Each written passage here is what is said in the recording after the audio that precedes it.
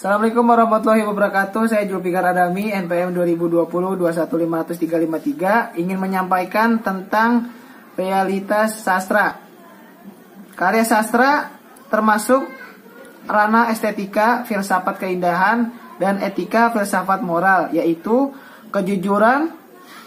Lahirnya karya sastra yang dimuliakan berkat kejujuran.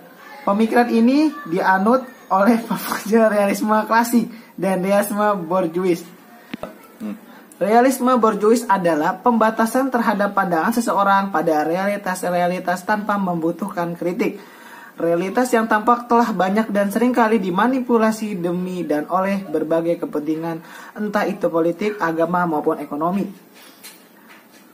Karya sastra ada beberapa keuntungannya. Yang pertama, penikmat karya sastra akan mendapatkan hiburan, khusus dari pengarang atau sastrawan melalui peran tokoh yang ditampilkan dalam karya sastranya. Yang kedua, penikmat karya sastra akan mendapatkan sebuah amanat tentang bagaimana menyikapi sebuah persoalan hidup dengan baik. Karya sastra terdapat dua unsur pembangunan, yaitu unsur realitas dan imajinasi. Yang pertama, unsur realitas adalah deskripsi berkaitan dengan kondisi yang sesungguhnya, yaitu yang benar-benar terlihat dalam kehidupan sehari-hari. Contohnya, novel Siti Nurbaya karangan Merah Rusli, novel Salah Asuhan karya Abdul Muiz, dan novel Tuti karya Upi. Sebuah potret kehidupan rumah tangga yang tidak harmonis karena masing-masing mempertahankan egonya. Yang kedua, imajinasi. Hal-hal yang berkaitan lukisan, sesuatu di dalam pikiran pengarang yang masih bersifat ilusi. Contohnya kisah cinta Hayati dan Zainuddin dalam novel Tenggelamnya Kapal Van der Wijk. Masalah karya sastra. Lebih banyak yang menyamakan antara novel atau cerpen dengan buku sejarah, sehingga sering terjadi kesalahpahaman di masyarakat pada sebuah karya sastra dalam membedakan karya fiktif dan fakta.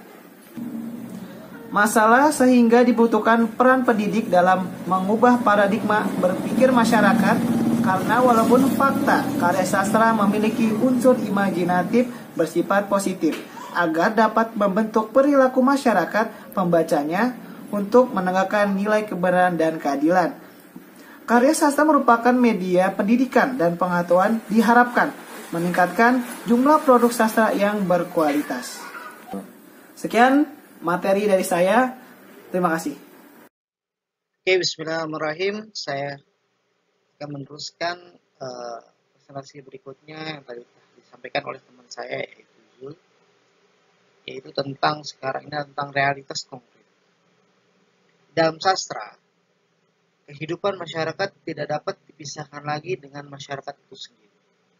Kehidupan masyarakat dengan berbagai polemik yang terjadi saat ini tidak menutup kemungkinan untuk dituangkan ke dalam karya-karya sastra sehingga menjadi cerminan masyarakat itu sendiri. Penciptaan karya sastra memang tidak dapat dipisahkan dengan proses imajinasi pengarang dalam melakukan proses kreativitasnya.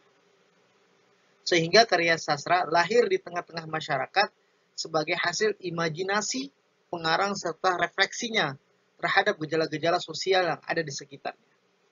Akan tetapi, karya sastra tidak hadir dalam kekosongan budaya. Hadar menjelaskan bahwa karya sastra dipengaruhi oleh lingkungan, maka karya sastra merupakan ekspresi zamannya sendiri pada saat itu, sehingga ada hubungan sebab akibat antara karya sastra dengan situasi sosial di tempat. Dilahirkannya suatu karya sastra tidak dapat dipungkiri bahwa karya sastra bisa mengubah tatanan nilai-nilai sosial dan budaya dalam masyarakat yang dianggap tidak memberi kebebasan untuk manusia. Contohnya, karya novel Siti Nurbaya dan Salah Asuhan menjadi karya yang cukup penting. Keduanya menampilkan kritik tajam terhadap adat istiadat dan tradisi kolot yang membelenggu. Sampai saat ini, hasil kritik dalam karya-karya sastra tersebut menunjukkan perubahan-perubahan yang dapat dirasakan dan diamati dari fakta budaya modern, di mana hal-hal semacam fenomena yang diangkat dalam karya tersebut akhirnya memudar dari masa ke masa sampai hari. Karya sastra bersumber dari kenyataan yang berupa fakta sosial bagi masyarakat sekaligus sebagai pembaca dapat memberikan tanggapan dalam membangun karya sastra tersebut.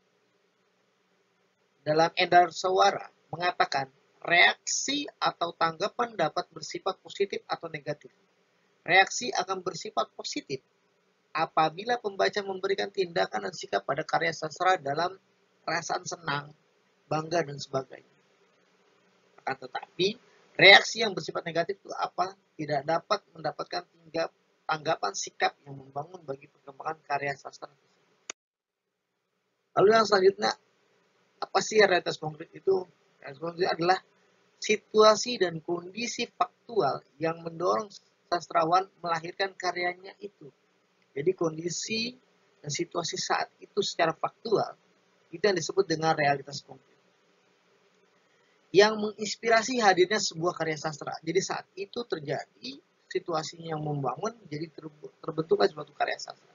Jadi sebuah karya sastra dapat dipersepsikan sebagai ungkapan realitas kehidupan. Jadi ungkapan-ungkapan yang terjadi, yang dialami oleh si sastrawan tersebut. Namun bukanlah fakta mutlak dari apa yang ditampilkan dalam karya sastra. Dengan kata lain, situasi dan kondisi faktual kehidupan manusia sebagai masyarakat sosial maupun insan individual yang dialami dan dijumpai oleh pengarang merupakan materi atau bahan inspirasi bagi karya sastra yang dilahirkan. Artinya begini, bahwa si sastrawan pernah mengalami situasi dan kondisinya, tapi tidak mungkin secara detail akan digambarkan, bisa jadi akan ditambahkan atau dilebihkan sesuai yang akan disesuaikan oleh sastrawan untuk memperindah suatu karya sastra tersebut. Oke, demikian itu penjelasan dari saya. Kurang lebihnya saya mohon maaf. Assalamualaikum warahmatullahi wabarakatuh.